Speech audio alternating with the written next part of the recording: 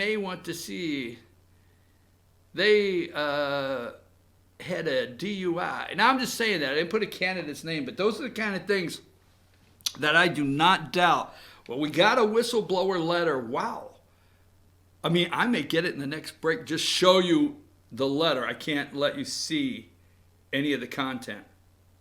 Okay, we're going to go from there. So, I told you earlier, we are in local elections. We're right up at 9 o'clock now. For those of you that are wanting to talk about Ukraine and 4 o'clock possible impeachments, and the media is going crazy. And if you look at, I went to the Beast, and if you look at the, like the Hill, the website The Hill, Republican lawmakers scrambled to contain Ukraine whistleblower fallout. More Democrats threaten impeachment over Trump's dealing with Ukraine.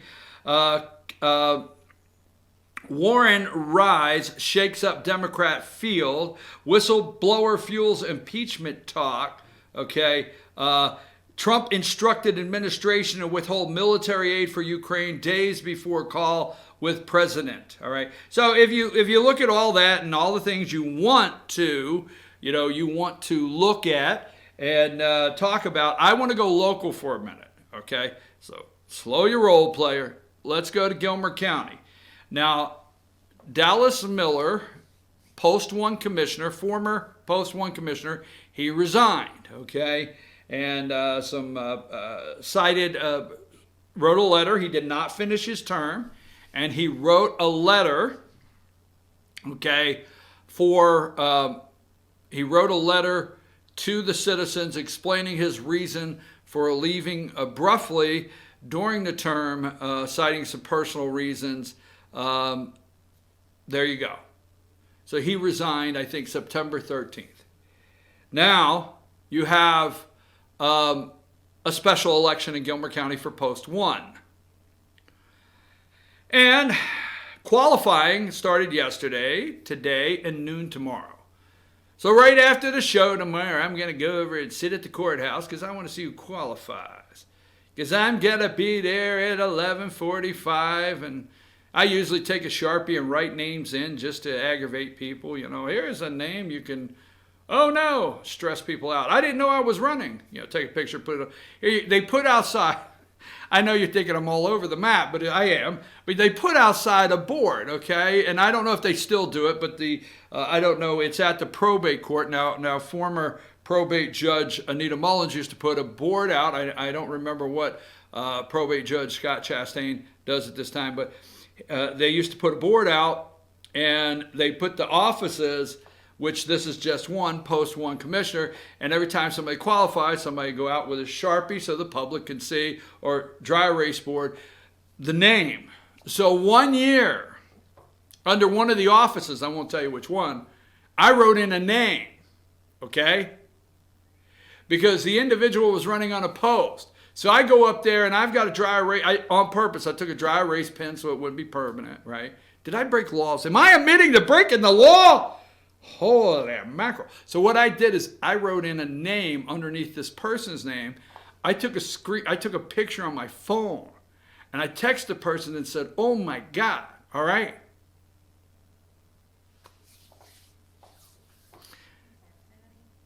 What?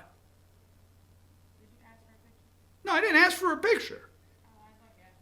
Oh my God, it's a blast from the past. Not paying attention. I used to have to tell you, why aren't you paying attention? But anyhow, so I took a picture, right? And I sent it to the individual. And I'm sitting up there. And I tell you, 10 minutes didn't pass. This individual was right up there. So immediately after I took a picture and sent it, I looked around to make sure, the law wasn't looking. You don't want Johnny Law showing up when you're breaking the law. You don't want to get caught, right? So I was all prepared. So I took my little, dry erase hanky I had ready, Kleenex, and I cleaned that name off the board. I think I've broken so many laws. I think they're on their way. So I cleaned that name off the board. Just as I'm done, I'm sitting there. This individual shows up and said, what happened to the name? You sent me. I said, I have no idea what you're talking about. You sent me a picture, right? I said, look, I don't know what you're talking about. I've been sitting here all morning. I don't know what's going on here. Anyhow, that was my fun. So, I don't know if you like the story or not. If you did, I can't help it. All right? So anyhow, tomorrow at noon, we will find out who's running for Post 1 to fill Dallas Miller's Post 1 commission seat. That'll be noon tomorrow. Now, let's go back a little bit. Now, Post 1 was held several years ago, going on and on, by former Post 1 Commissioner Will Beatty. Will Beatty had, I think, 2 terms he served, maybe 2 terms or 1, but I think it was 2, that he served 8 years. But anyhow, when he retired, okay, or his term was completed, Randy Bell, okay? Now, Randy Bell was known as the county's watchdog, all right? I'm telling you, he didn't miss a beat when it came to Gilmer County. There's nobody. I have tried to do some watchdog reports, nowhere close to Randy Bell. Randy Bell ran, and he won, and he became Post 1 Commissioner. He served close to 2 years of a 4-year term, maybe a year and a half, and for unknown reasons to me, committed suicide. Okay? We'll just put it out there. That's when there was a special election, and Dallas Miller became Post 1 Commissioner. Just a little history, what's going on here. Post 1 Commissioner, he served the completion of Randy Bell's term, and then he served a 4-year term. He was reelected, served a 4-year term, I think, and then he was reelected, and he served 2 and 3 years of his term, 3.5 or whatever, almost the second term. I'm not for sure. I might have some of that messed up. But anyhow, the point is, special election, and then in March you have to requalify to run again. You have to run again next year, whoever wins this. But yesterday, I understand Hubert Parker, okay, qualified to run for Post 1 Commission seat. Now, so I just went in and I Googled Hubert Parker yesterday to see, there was something I wanted to see, which I know Mr. Parker. This is not anything negative today. I leave all that up to the voters, okay? But I Googled Mr. Parker and this came up. Give me the first one that says, surprise, surprise. All right? So, on August 11th, give me the first one that says, surprise, surprise. No, not his picture, the one before it. Yes, you got it. There you go, thank you. So, surprise, surprise, okay? Now, we're going to move this to the top. It is an opinion piece. And my opinion here is that the citizens of Gilmer County should read this letter to the editor. So, August 8th, 2011, all right? Now, you need to understand at this time, I know Randy Bell. I mean, I know him pretty well. But I did not know he was going to do this. He sent a letter to the editor. I didn't even know it was posted until our content manager put it up. Surprise, surprise. August 8th, 2011 by Randy Bell. We are going to pull this back to the top. Now go ahead and pull up the second picture. Okay, the second one. There you go. And this is in the article. This is former Post 1 Commissioner Randy Bell. Well, it's here. Okay, if you're a resident of Gilmer County and you hear me go and just battle, okay? The spending and the millage rate, the property millage rate. Folks, I have been labeled a troublemaker over there. I've been labeled, in fact, the chairman, I'm not going to say quote, but it's on video somewhere. The chairman, Charlie Parrish, said I'm against everything. Everything. Okay? when the commissioners, and it's in this article, when the commissioners sold to the residents the property tax. Now, you hear all the time the hero of the splost. You hear that, okay? Now, every time the millage rate, the property tax, what the citizens of Gilmer County were sold when they built their courthouse is enough sales tax revenue. So we get sales tax revenue, the lost local option sales tax. Okay? So you got it's called lost. They'll put it up that they're voting on lost. And the local option sales tax has to be split. I say has to, we can get into that, with the city of Ellijay and the city of East Ellijay. So it's the local option sales tax. Then you have SPLOST, special local option sales tax. It's special.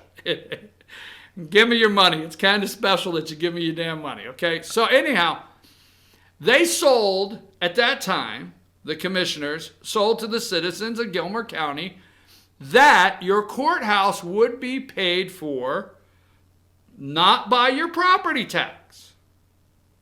Why, no, we're on a boom. We're on a high. We're bringing in almost $5 million a year in sales tax, not your property tax. So the good citizens of Gilmer County, if you go and you pull the lever and you approve $8 million, it's all in this letter to the editor that you will read.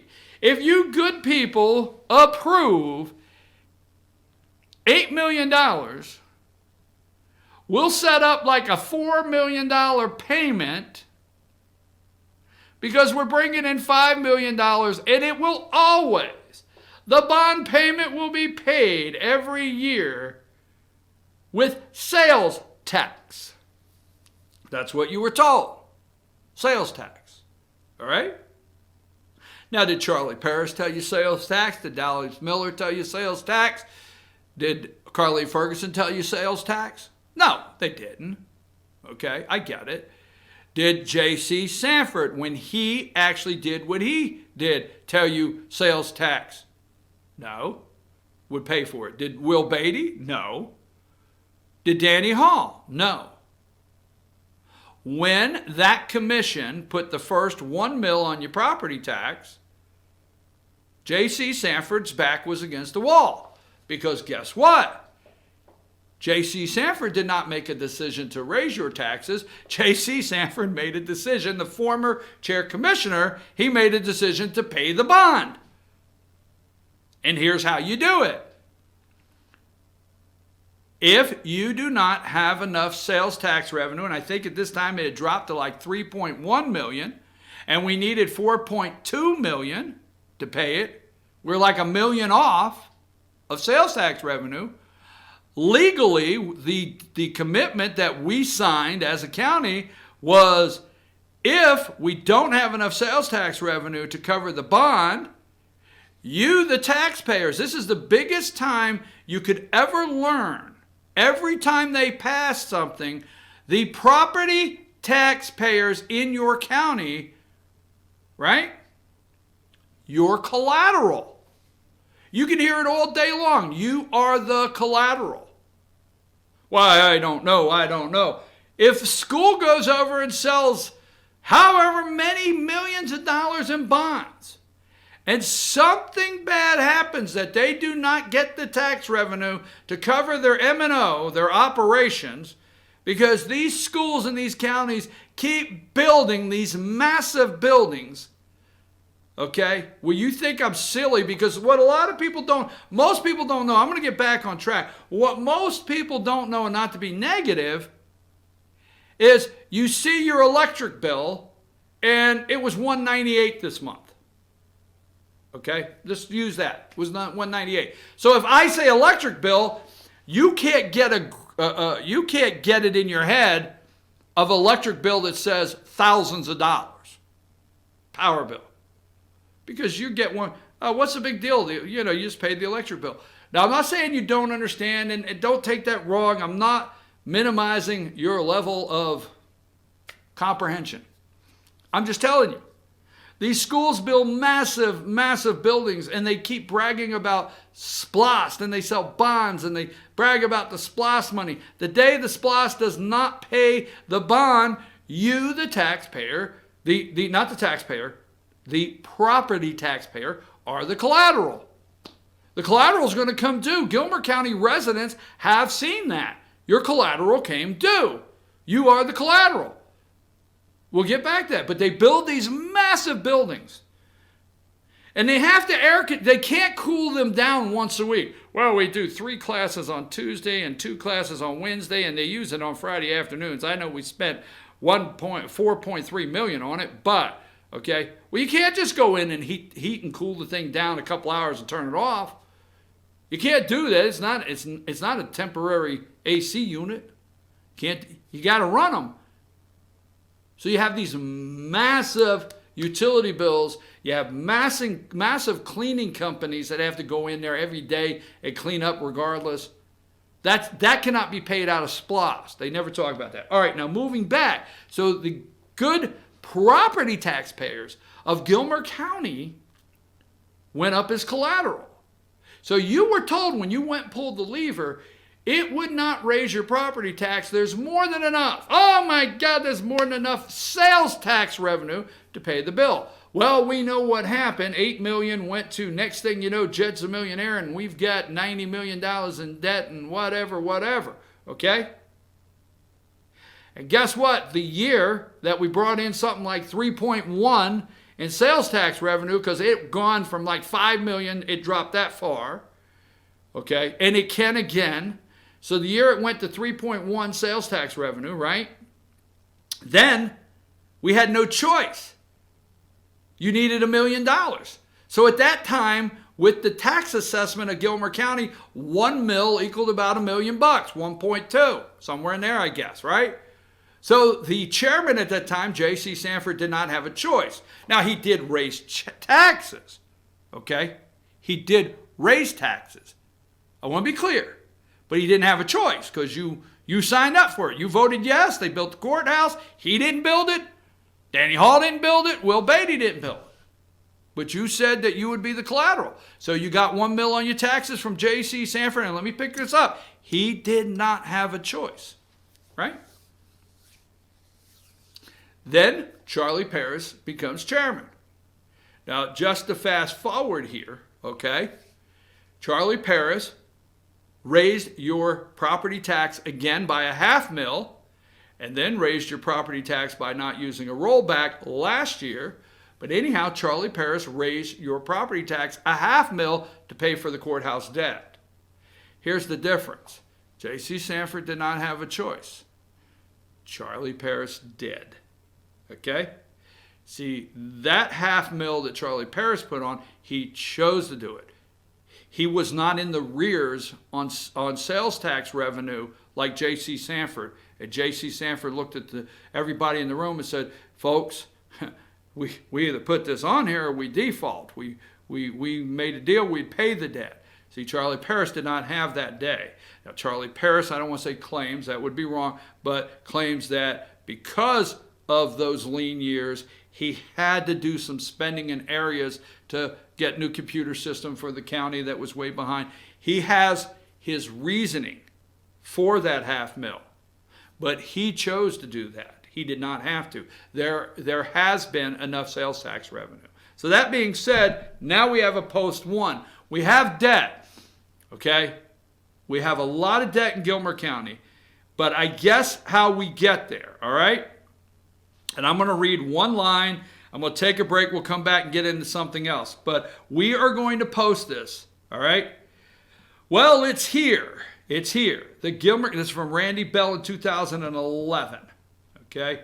Well, it's here. The Gilmer County Board of Commissioners is set to vote on a bond millage rate.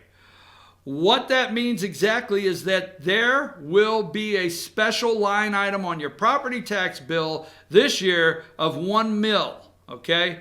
Dedicated to paying for the courthouse. Why? Because sales tax revenue has declined over the last few years to the point they no longer service the bond debt that the county has.